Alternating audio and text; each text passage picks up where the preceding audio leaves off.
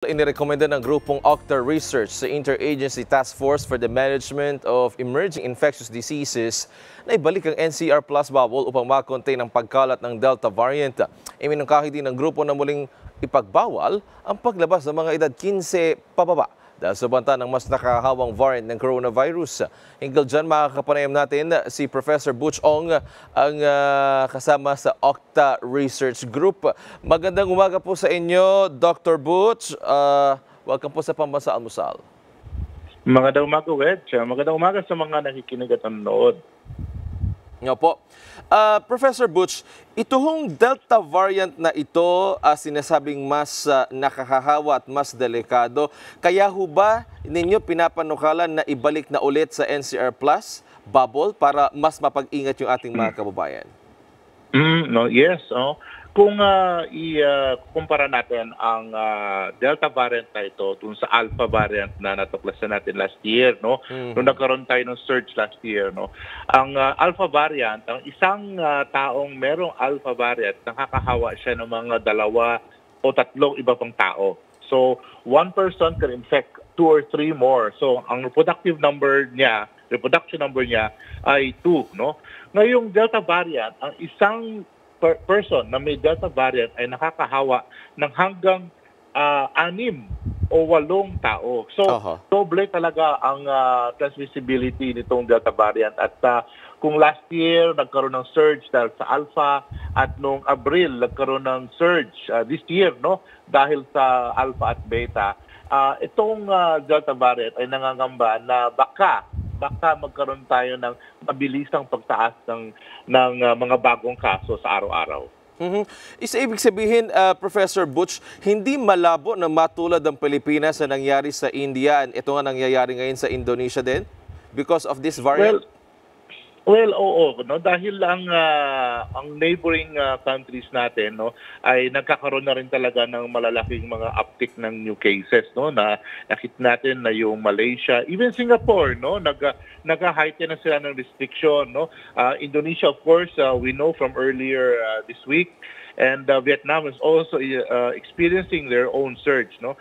So yung ating mga Asian neighbors, no, na nagkakaroon ng mga maliliit na surges, well, Indonesia malaking surge, no, ay they say that this is because of the Delta variant. However, no, sa Pilipinas, we already have, I think na itala yata ng Department of Health at Philippine Genome Center that we have around 16 new cases ng Delta variant. Diba? Ito ay nasa balita naman earlier this week. Yung ating number of cases ngayon ay dahan-dahan na tumataas. Okay. Hindi siya ganoon ka-alarming, no? Pero nakikita na natin at least yung datos natin, no, is indicating a slight uptick in new cases this week. Opo. So, ibig sabihin, Professor Butch, itong Delta variant na ito ay hindi kaya ng mga existing vaccines na natin. Bakit biglang nagkaroon ng surge itong mga bansa na ito sa Asia? And meron tayo dito sa Pilipinas na vaccination more on Sinovac. Hindi ba kakayanin ito yung Delta variant na ito? Well, ang vaccination program natin, no, lahat naman ng vaccines na binigyan ng EUA ay effective against the Alpha, the Beta variants, no, with some for the Delta variant. However, there are certain factors talaga, which na kino-consider natin kung bakit tumataas ang cases. Number 1 is the vaccine rollout, no. We have around 5% pa lamang ng ating population na vaccinate, no. So okay. That's 5% I think has completed the 2 doses, no. So dahan-dahan na tayo nagkakaroon ng momentum. So that is still to be seen kung aabot tayo ng herd immunity by the end of the year, no.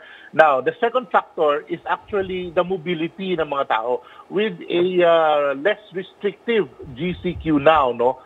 We see more people going to work, going to the grocery, going outside, no, even going to the restaurants.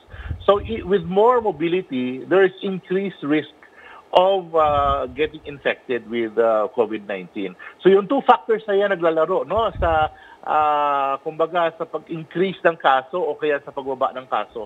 With the vaccine rollout na ngayon pa lang talaga nagkakaroon ng momentum at yung dami ng tao sa labas ng mga bahay nila, no, this really increases our risk of getting COVID. Opo. So ibig sabihin, Professor Butch, kung sakasakali na mangyayari na mas tumaas yung mga Delta variant cases dito sa Pilipinas, babalik tayo dun sa mas mahigpit na community quarantine, which is yung tinatawag natin na enhanced community quarantine, yung ECQ natin. Paano ngayon mapapatupad yung ating vaccine rollout kung mas mahihigpitan yung ating mga kababayan na lumabas ng kanilang mga bahay? Well, ang vaccine rollout naman ay it is done in a controlled environment, no? Sinischedule yung kaya meron tayong application, may mobile app tayo na sinischedule yung ating mga kababayan. So hindi lahat dadagsa sa vaccine centers, no? Okay. And even sa vaccine centers, limited lang naman din ang number of persons that they see every hour, no? So kumbaga vaccine rollout can be controlled, no? And we need to continue this. We need to continue the vaccine rollout. Perhaps open new vaccine centers, no? Kapag dumami na yung vaccine supply natin, maybe open more vaccine centers para maabot natin yung community protection or yung population protection na sinasabi natin. Opo. Professor Butch, yung sinasabi po ninyo na mobility ng mga tao kasi ngayon pinapayagan yung mga bata na lumabas. So kailangan po talaga na payagan na natin yung ating mga local government units na mas maghigpit para sa ating mga mamamayan. Yung mga bata, pabalikin na muna ulit ng kanilang mga bahay kasi di ba naghahain na sila ng panukalan na humihiling sa IATF na wag na muna ulit palabasin ang mga bata? Well, yes, we are recommending the preventive approach, no? So we want to prevent the beginnings of a surge para hindi magkaroon ng surge. Mm-hmm. Kung maaalala natin, yung dalawang kaso ng Delta variant na bago ay mga teenagers, no? So it really puts the risk na it puts children at risk, no? Yung mga teenagers natin. So if they go out of their homes, no, at mahawa sila ng Delta variant at dalhin nila sa bahay, although they may be asymptomatic or mild lamang, no, dahil mas malakas naman ang immune system ng mga kabataan, no, baka mai-transmit sa bahay doon sa mga may comorbidities, yung kanilang mga elderly grandparents, mga lolo't lola, yung mga magulang na may sakit, diabetes, hypertension, etc., might be putting them at risk, no? Uh-huh. So we are just recommending the preventive approach, no? Before we have a surge, tigilan na natin ang transmission sa community, no?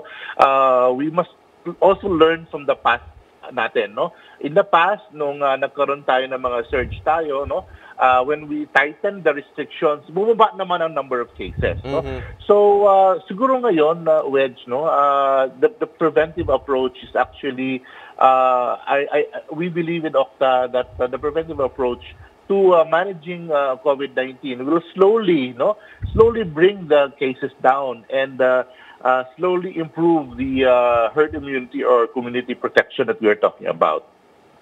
Let's talk about now, Professor Butch, yung mga nagkakaroon pa rin ng COVID-19 despite the fact na nabakunahan na sila ng against na COVID-19.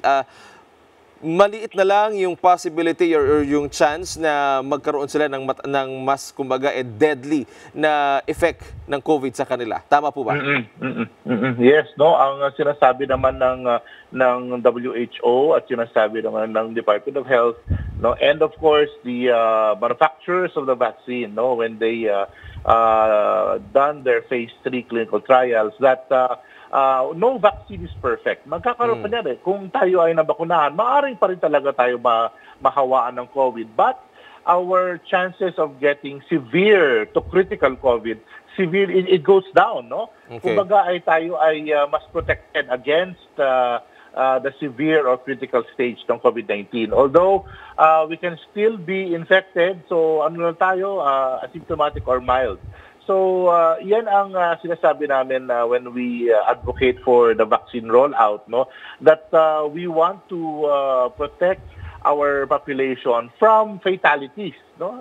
Dahil sa COVID-19 to through vaccination. Opo, yung lungsod ng Maynila, pinopropose na nila na itigil na yung home quarantine eh. Di ba ho ba dapat talaga dati na nating pinagbawal yung home quarantine na kapag talaga nag-positive, dapat dalhin talaga sa mga isolation facilities? Well, if you recall, Wedge, when the early part of this year, no, nasabi na namin that COVID-19 was already being transmitted in the household. This was even before the Delta variant was detected in the Philippines. So even before that, sinasabi namin na yung transmission ng COVID-19 can be found in the transportation, sa pag-commute. They can be found in the workplace, kung saan tayo nagtatrabaho, sabay-sabay kumain, no? At nung time na yon, nung bandang Marso, I think, no, sinasabi na namin na the communities are at risk dahil home transmission na yung COVID. And that is partly the reason why we had a surge noong April this year, and we had to go to an ECQ earlier this year, no? So ngayon, we have the chance to prevent such a surge, no? Maganda ang chance natin, Wedge, ngayon, no? Dahil hindi tayo ganon kataas pa. Although tumataas ang number of cases, nakikita na natin sa datos ng Department of Health, na slowly we are increasing. But the rate of increase is not as fast as the rate of increase that they found in Indonesia, in India, no? So we have this opportunity now to prevent such a surge. So the recommendations of maybe NCR plus bubble again, no? Dapat i-consider na rin ng IATF. Alright, on that note, maraming salamat po sa pagpapaunlak ng panayam. Si Dr. Butch Ong, mag-ingat po kayo. Maraming salamat at magandang umaga sa lahat. Nakapanayam po natin si OCTA Research Fellow Dr. Butch Ong.